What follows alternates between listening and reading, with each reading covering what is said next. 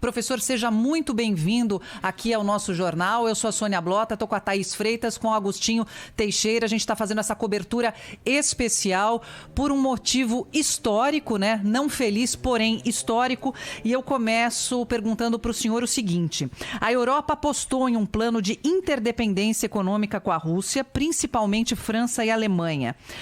Dado que os europeus sabiam do avanço da OTAN sobre ex-repúblicas soviéticas e pelo fato da Rússia ser um país autocrata, longe de uma democracia plena, este plano de interdependência europeu, principalmente do gás, 40%, né, é russo.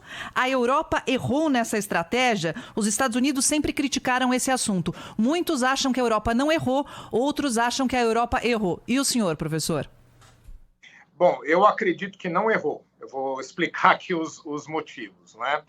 Que a Rússia, ela não é um parceiro confiável para a Europa por conta dos problemas geopolíticos, não pela Rússia em si, né? Muitos têm negócios com a Rússia, inclusive o Brasil, são ótimos negócios, mas neste contexto de dificuldade geopolítica, é difícil, né, estabelecer qualquer tipo de relação comercial com a Rússia por conta das disputas ali envolvendo principalmente o leste europeu. Então, isso já se sabe, eu concordo com vocês.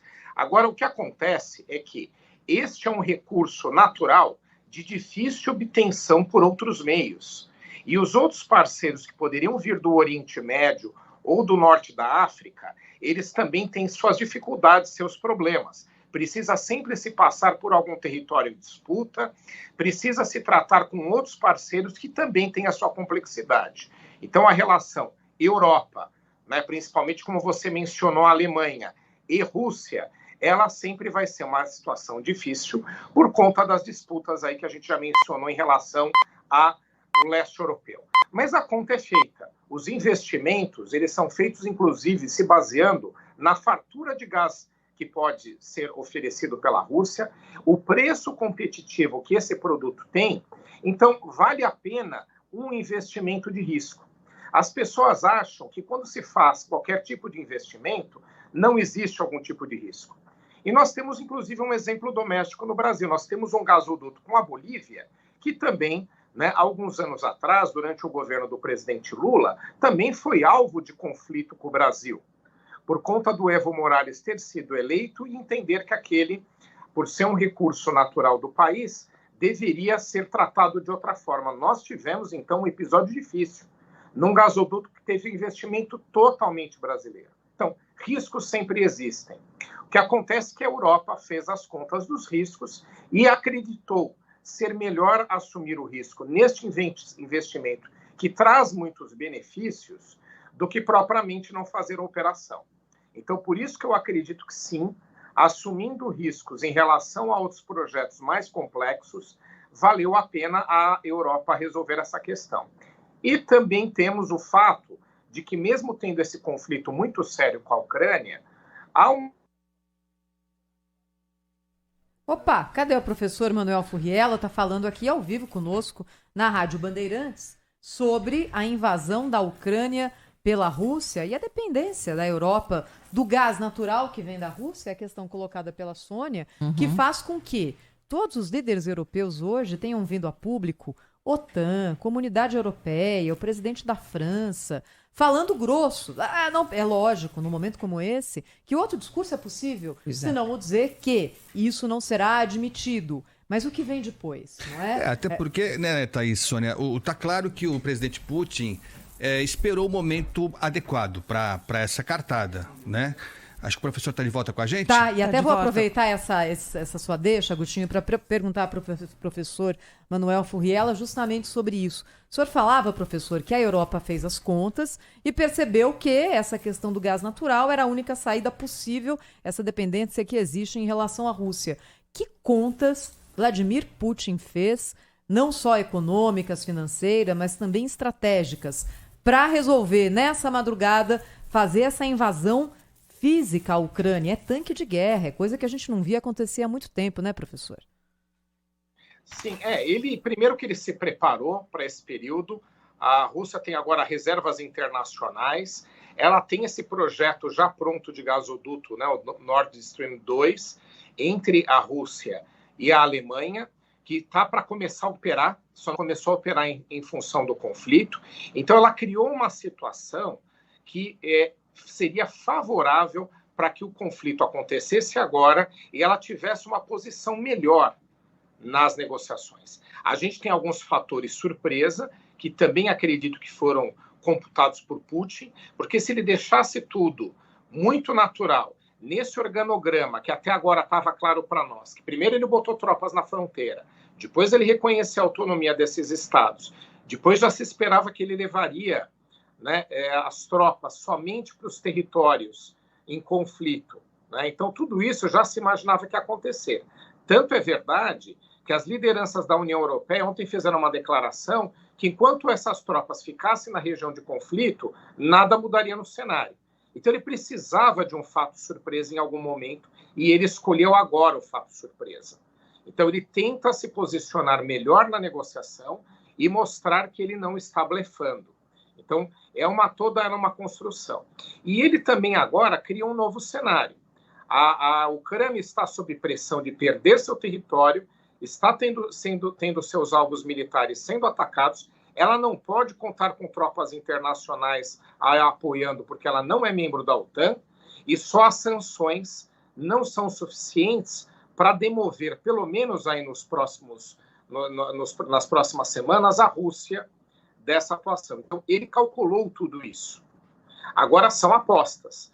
Tem que ver se ele vai conseguir efetivamente o que deseja, até porque, mesmo tendo fôlego, esse fôlego para a Rússia também é limitado.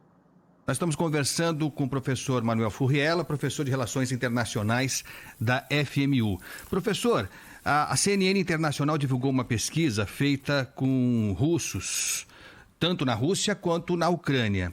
E por esses números, mais de 50% dos russos aprovam a ação militar, levando em conta o risco que seria a Ucrânia entrar na OTAN.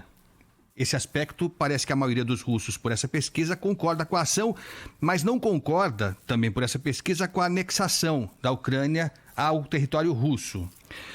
Eu queria perguntar para o senhor o seguinte: faz algum sentido hoje a existência da OTAN ainda, professor?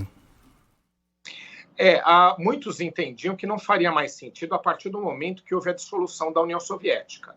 Só lembrando aqui que a OTAN surgiu logo depois do final da Segunda Guerra Mundial, quando o mundo foi constituído basicamente de duas grandes potências. Ele ficou um mundo bipolar. Você tinha alguns estados que tentavam ser independentes, mas basicamente bipolar, entre Estados Unidos e a então União Soviética.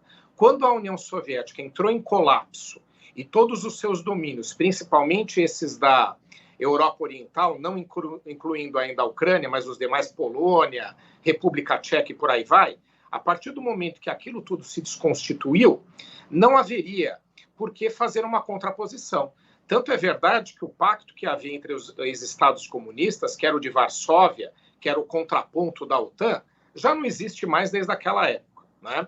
Mas a lógica, hoje em dia, tem mostrado para nós que faz sentido, sim. Porque você tem a Rússia, a partir do momento que começou a ser governada pelo Putin, há cerca de 20 anos atrás, a Rússia tentando reconquistar algumas posições geopolíticas. Ela nunca vai ser o que era a União Soviética, mas ela tenta buscar algumas áreas de domínio sobre a Geórgia, a Ucrânia, etc. E você tem uma ascensão da China. A China não só se tornou a segunda maior economia do mundo, e talvez venha a ser a primeira, como a China está também tentando se reposicionar. E ela vai brigar agora, numa próxima etapa, para reanexar Taiwan ao seu território. Então, eu vejo ainda sentido para a OTAN ou para outro tipo de pacto entre os atuais membros da OTAN em âmbito militar. Pode haver uma reformulação, mas há uma necessidade geopolítica ainda em contraposição, principalmente à China e à Rússia. Professor, só interromper o senhor aqui, porque tem uma notícia que acaba de chegar.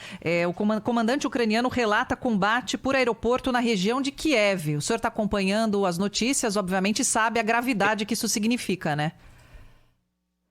Sim, sem dúvida, né? Você tem um escalonamento maior até do que a gente dimensionava nessa madrugada, né? A gente foi acompanhando, havia um pouco ainda, obviamente, de notícias truncadas, que é natural quando você tem uma invasão de surpresa, que pegou de surpresa todos os países, inclusive a Ucrânia, pelo que eu já mencionei.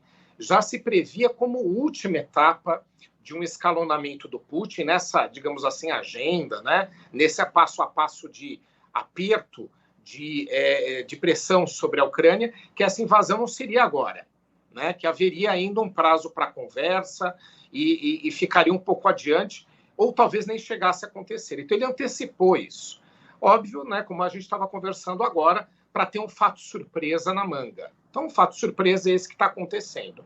Então, nós vamos ter uma série de fatos indesejados, né? Nós vamos ter perdas humanas, que ainda não serão em grande número, por conta dos principais alvos serem estratégicos ou militares, né? Mas a partir do momento que esse conflito se acirre, a gente, infelizmente, vai começar a ter uma quantidade de perdas humanas muito significativa.